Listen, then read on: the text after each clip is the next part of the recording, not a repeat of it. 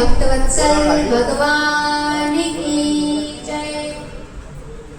भगवान कह रहे हैं, गोपियों, पति कैसा भी हो उसका किसी भी काल में त्याग नहीं करना चाहिए।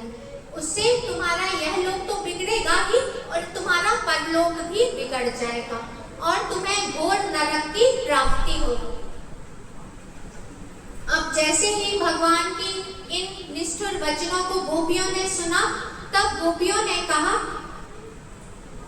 मैवं विभो रहती भगवान गतितुम निसंसम संतच्च सर्व विषयान तव पाद मूलम। गोपियां कह रही हैं कि प्रभु, आप तो सबके हृदय की बात जानते हैं, आप हमारे हृदय की बात भी जानते हैं, इसलिए आप इस प्रकार कठोर वचनों का प्रयोग ना करें, क्योंकि हम लोग अपना सब कुछ छोड़कर आपकी शरण में आए हैं। गोपियां कह रही हैं कि हमने अपने जितने भी धर्म थे उन सबका परित्याग कर दिया है। स्त्री धर्म, पत्नी धर्म, माता का धर्म, अपने पुत्र, पति, स्नेही जन, परिवार को सभी को छोड़कर हम आपकी शरण में आए हैं। अब प्रभु, आप हमारा इस प्रकार परित्याग ना करें। जिस प्रकार भगवान अपने भक्तों को अपने चरणों में शरण देते हैं, उसी प्रकार आप भी हमें अपनी चरणों की शरण प्रदान करें। और फिर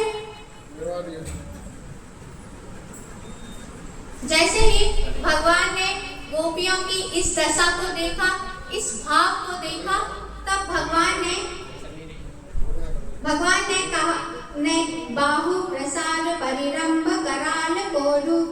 भगवान ने अपने बाहुओं को फैलाया और गोपियों के साथ रास करने लगे।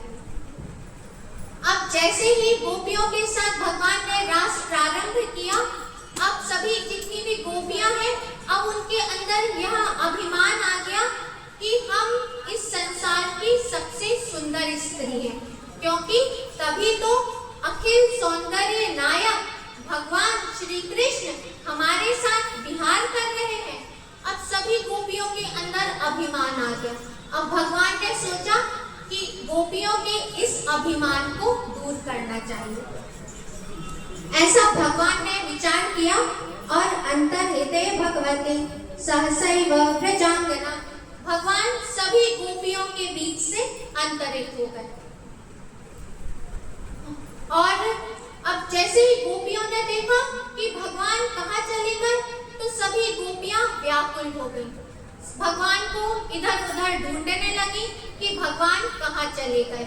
जितने भी वृक्ष आदि थे उन सभी के पास जा जाकर पूछने लगी कि पीपल, पाकड़, बरगद, जितने भी बड़े बड़े वृक्ष थे उनके पास जा जाकर पूछ रही हैं कि क्या आपने श्याम सुंदर को देखा है।